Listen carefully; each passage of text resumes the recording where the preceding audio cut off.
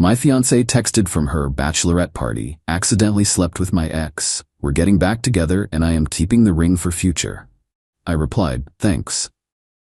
Then I emailed the $80,000 ring bill, which was in her name. And then, I, 32 male, am, or rather was, engaged. The wedding was supposed to be in 3 months. Now I'm just sitting in a very quiet condo, looking at a $1,500 box of useless cream-colored wedding invitations. It all fell apart last night. Thursday, 11:17 p.m. My fiancée Miranda, 30, was in another city for her bachelorette party. It was a 3-day weekend thing with her friends, led by her maid of honor, Becca. I was fine with it. Honestly, I was enjoying the quiet. I was probably half asleep playing a video game when my phone lit up. It was a text from Miranda. Miranda, hey, so this is super awkward lol, but I ran into Julian. Ended up back at his hotel and we accidentally slept together. It just made me realize I'm not over him. We talked all night and we're getting back together. Sorry this is so last minute. We're flying to the coast tomorrow, so I won't be back. I stared at that. Accidentally slept together. No. Sorry this is so last minute. My stomach didn't drop. I didn't get angry. It was cold. Like my entire circulatory system just got an antifreeze flush. I read it 3 or 4 times. Then the follow-up text came through as I was still processing the first one. B2W, I'm keeping the ring. It's a clean break gift, and I can probably use it for my future with Julian. Don't try to contact me, it's better this way. Becca will swing by for my stuff sometime next week. I am keeping the ring for future. The ring. The $80,000, 3.5 carat custom-designed monstrosity she'd picked out. The one she insisted on. And this is the part where the story gets specific. Miranda is obsessed with appearances, credit, and status. She has a decent job in luxury branding, but her spending is astronomical. When we went to the jeweler, a very high-end exclusive place, she had a plan. Leo, darling, she'd said, it's my ring.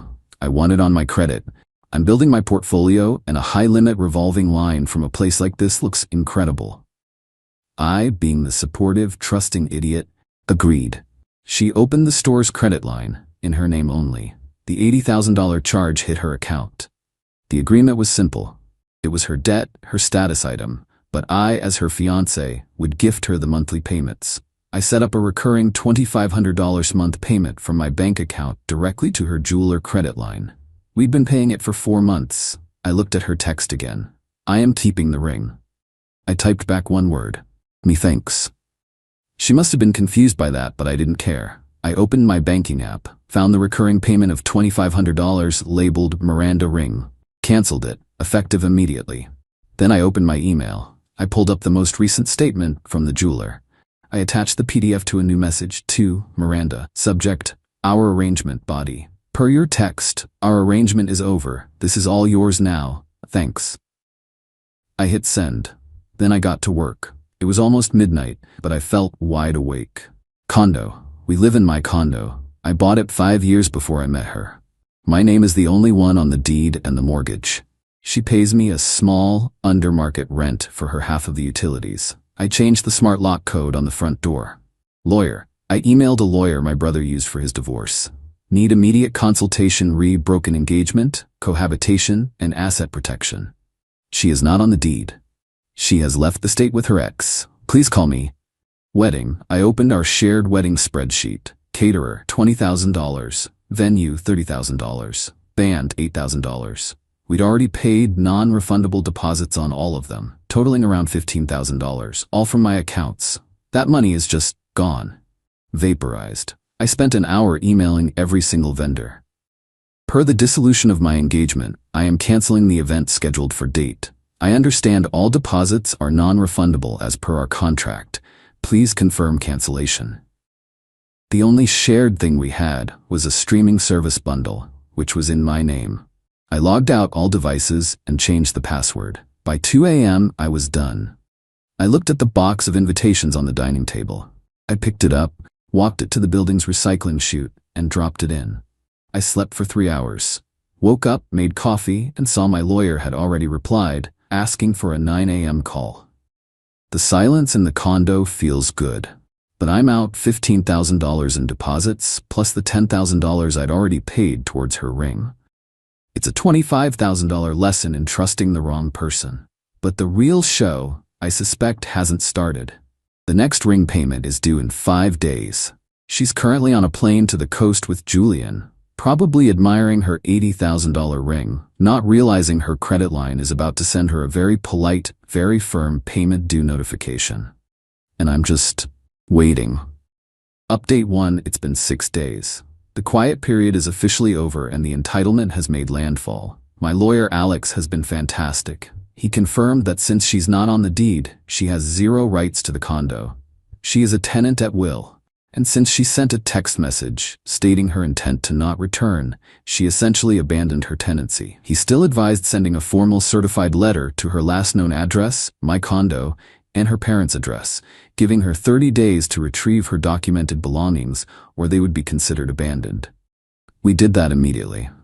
The first 5 days were blissfully silent. I dealt with the fallout. I called my parents and my brother. They were shocked, then furious, then supportive. My mom cried a little, not for Miranda, but for the $15,000 deposit I lost. Then came Tuesday, payment due date. I was at work, trying to focus on a quarterly logistics report, when my phone started vibrating on the desk. It was Becca, the maid of honor. I let it go to voicemail. Voicemail: Leo, hey, so Miranda is having some kind of issue. Her card got declined at dinner, and she got some email from the jeweler saying her payment is late. She's freaking out. She said you always pay it. Did you forget? Can you just pay it? This is really embarrassing for her. Julian had to pay for dinner. Call me. Embarrassing for her. I deleted the voicemail. An hour later, Miranda's mother, Celeste, called. I knew I had to take this one. Celeste is a piece of work. Leo, darling, she started, her voice full of fake sugar. I'm hearing some very confusing things from Miranda. She's on her trip, just relaxing before the big day. Celeste, I cut her off. There is no big day. Miranda ended our engagement via text message last Thursday. She's with her ex, Julian. The line went silent for a solid 10 seconds. Well, she finally said, her voice turning sharp. That's a discussion for later. The immediate problem, Leo, is that you seem to have forgotten a payment.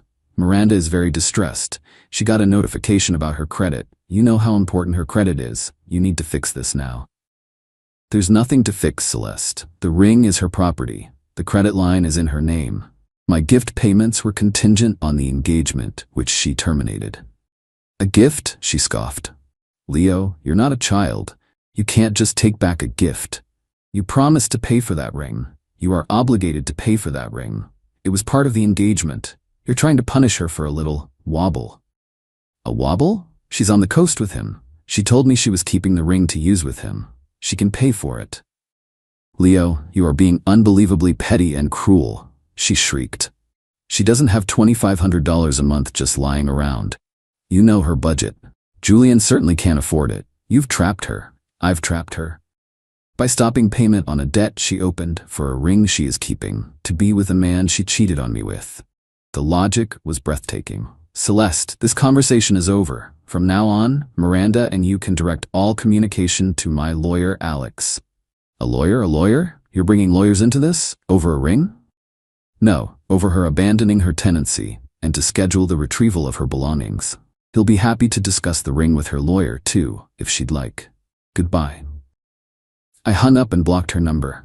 The main event happened at 8 p.m. last night. I was watching TV when my building's intercom buzzed. It was Miranda. She was back. And she was not happy. Intercom. Leo, open the damn door. The code isn't working. I picked up the intercom receiver. All communication goes through my lawyer, Miranda. You're not on the lease. Intercom. What the hell are you talking about? My stuff is in there. My clothes, my laptop. Open the door, you psycho. You abandoned your tenancy. You need to schedule a pickup time with Alex. He's available tomorrow between 10 a.m. and 2 p.m. for a civil standby.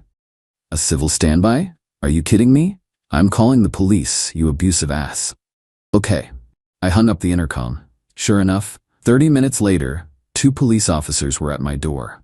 I buzzed them into the building lobby and met them in the hallway. Miranda was there, teary-eyed and furious. Julian was with her, looking smug and holding her hand. Sir, we got a call about an illegal eviction, the older officer said, looking tired. This lady says you've locked her out of her home. Good evening, officers, I said calmly. This is my condo. I am the sole owner. I handed him a copy of my deed, which Alex told me to keep handy. Ms. Miranda here was my fiancée and a tenant at will. Last Thursday, she sent me this text message. I showed him the phone. The text about leaving, not coming back, and taking the ring. This text states her clear intent to abandon the residence, I said. My lawyer has already sent a certified letter for her to retrieve her belongings, which I have not touched. She needs to schedule a time. The officer read the text. He read it again. He looked at Miranda. Ma'am, this text says you're not coming back. He's twisting my words, Miranda wailed. I was emotional. He's punishing me. He's stolen my ring. Julian stepped up. Yeah, man, he's holding her $80,000 ring hostage. I have not, I said. She has the ring. She's wearing it. The cops looked at her hand. There it was. The dispute, I explained, is that she opened an $80,000 credit line in her own name to purchase that ring, and I was gifting her the payments. I stopped the payments when she ended the engagement. The debt is, and always has been, legally hers. The smug look on Julian's face just evaporated. He looked at the ring on her finger like it was a grenade. Ma'am, the officer said, sighing, this is a civil matter. A clear civil matter. We can't force him to let you in. You need to go through your lawyer, like he said, and schedule a time to get your property. We can be present for that to ensure there's no trouble. So I'm homeless? She shrieked. You're staying with me, babe, Julian muttered. But he looked sick. You need to leave the property, ma'am, the officer said. This is his home, not yours. They left. Miranda shot me a look that could curdle milk. As they walked to the elevator, I heard Julian hiss at her. The debt is in your name? You told me he bought it for you. The elevator doors closed. So now she's with Julian, who clearly didn't sign up for an $80,000 debt. The late fees and interest are already piling up. Her credit is about to be torpedoed, and she has to hire a lawyer just to get her designer shoes back. I'm still out $25,000. But watching Julian's face when he realized his new girlfriend's asset was actually a massive, high-interest liability, that was worth at least $5,000. Update 2. It's been 2 weeks. The escalation has moved from shouting in the hallway to the cold, passive-aggressive warfare of lawyers' letters, and the entitlement has reached levels I truly didn't think were possible. First, the dirty tricks that Alex had warned me about began, but not the ones I expected. No social media blasts, no calls to my boss. Miranda is too image-conscious for that. Her attacks were more insidious. Trick 1. The mail fraud. A few days after the police incident, I started getting her mail. Mountains of it. She'd clearly gone online and changed her address for everything back to my condo. Credit card statements, plural, fashion catalogs, subscription boxes. It was a deliberate attempt to re-establish tenancy, a paper trail to prove she lived here. Alex's response was simple. We bundled everything, unopened, into a large box. Wrote, "Return to sender. Recipient does not reside at this address on everything," and mailed it back. We also sent a formal letter from Alex to her, CO her parents' address, where she's apparently staying, stating that any further mail sent to my address would be considered harassment and we would file a formal complaint. Trick 2. The sympathy play. I got an email from our wedding photographer. Dear Leo, I was so terribly sorry to hear about the cancellation. I've been in touch with Miranda, and she explained the situation and how you've been struggling. As I know, the $2,000 deposit is non-refundable. I'd like to offer a compromise. I can credit that $2,000 towards a new beginnings photo shoot for Miranda and her new partner. She seems so happy, and I just want to support her during this difficult transition. She had called our vendors, played the victim, and was trying to transfer my lost deposit to a photo shoot with Julian. Alex shut this down with a single email. My client's deposit is not transferable to Miss Miranda or her new partner. Any attempt to repurpose my client's funds for her benefit will be considered conversion. The cancellation stands as per the contract. The photographer apologized immediately, saying he'd been misled. Trick 3. The big one. The legal demand. This is where it gets truly wild. Alex received a formal demand letter from Miranda's new lawyer. I'm summarizing, but this was the gist. Unlawful eviction. She claims my changing the locks was an unlawful eviction, and that her text was written under duress and emotional distress. She's demanding $10,000 in damages for alternative lodging, aka staying with her mom, and emotional pain. Property. She's claiming half the furniture in the condo, the high-end sound system, and a piece of art I bought 2 years ago, claiming they were all gifts to her. The ring, this is the best part. She admits the credit line is in her name. However, she claims I fraudulently induced her into opening it with a verbal contract to make all payments. She is demanding I either A. Assume the full $80,000 debt immediately, B. Pay her a lump sum of $120,000, 80 K for the ring plus 40 K for punitive damages and credit reputation repair, so she can pay it off. She is, in essence, suing me to pay for the ring she is keeping, which she is wearing while living with her ex. I actually laughed. Alex just smiled. Our response was, as he put it, a precision strike. On eviction, we attached her text. The phrases "lol" and "sorry this is so last minute" are not indicative of a person under duress. She clearly stated her intent to abandon the residence. We also noted the police report where the officers deemed it a civil matter. On property, we attached the credit card and bank statements for the sound system, the furniture, and the art, all purchased from my accounts before she even moved in. Miss Miranda is welcome to her personal belongings, clothes, toiletries, laptop, but she is not entitled to Mr. Leo's personal property. Her claims are frivolous. On the ring, this was Alex's masterpiece. Your client, a professional in luxury branding, willfully and eagerly opened a line of credit in her own name to build her portfolio. She is a sophisticated party to that agreement. My client's gift payments were a conditional gift, with the condition being the marriage. Your client unilaterally broke that condition. By her own admission in her text message, see Exhibit A, she is keeping the ring. She cannot simultaneously keep the asset and discard the liability. My client's thanks, see Exhibit B, was his formal acceptance of her new terms. The debt is hers. Any further claims on this matter will be met with a countersuit for harassment and legal fees.